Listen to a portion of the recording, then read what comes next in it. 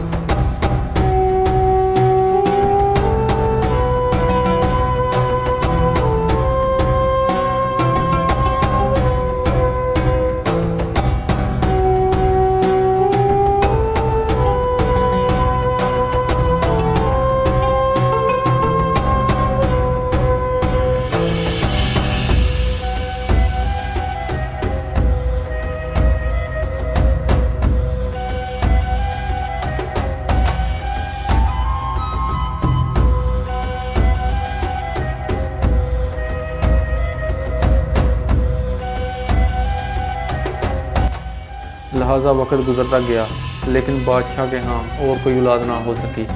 उधर पूरन की वजह से उसकी माँ भी कम से नडाल थी। बादशाह की उम्र में दिन ब दिन इजाफा हो रहा था तो उसने दूसरी शादी करने का इरादा कर लिया।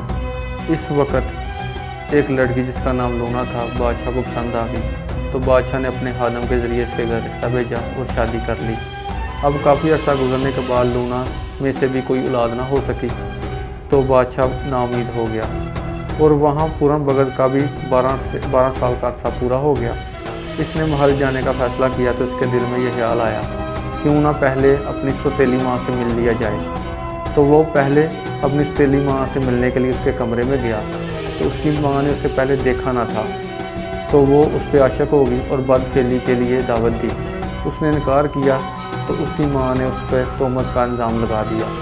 वो वहाँ से चला गया। रात को जब बादशाह वहाँ पे आया तो उसने पूरन बगत के खिलाफ शिकायत लगाई। पूरन बगत को इस चीज़ का बिल्कुल इल्म ना था तो वो अपनी माँ के पास चला गया। तो बादशाह ने बगैर सोचे समझे उसे कत्ल करने का हुक्म दे दिया। सिपाहियों ने पूरन बगत को पकड़ा और बादशाह की खिदमत में पेश किया। तो बादशाह ने फ़ौरन से कहा कि इसे कत्ल कर दिया जाए। तो वो लेकर उसी बाग में चले गए जहाँ वो रहता था। तो कुएँ के करीब जब सिपाही लेकर गए उसे, तो उन्होंने सोचा कि क्यों ना इसे हाथ पाँव काट कर कुएँ में फेंक दिया जाए बजाय इसे कत्ल करने के, और वही हाथ पाँव लेकर जाकर बादशाह की खिदमत में पेश किए जाएँ कि हमने उसे कत्ल कर दिया है। चनाचे उन्होंने ऐसा ही किया और वापस जाकर पूरन बगत के कटे हुए हाथ और पाँव बादशाह की खिदमत में पेश किए और कहा कि हमने उसका कत्ल कर दिया है। यह सुनकर उसकी माँ अशरा बहुत ही गमगीन हुई और रोने लग पड़ी। कहा जाता है कि पूरन बगत उस कुएँ में काफ़ी अर्सा तक जिंदा रहा। फिर अचानक वहाँ से एक बुजुर्ग दरवेश जिनका नाम बाबा गोरखनाथ का गुजर हुआ।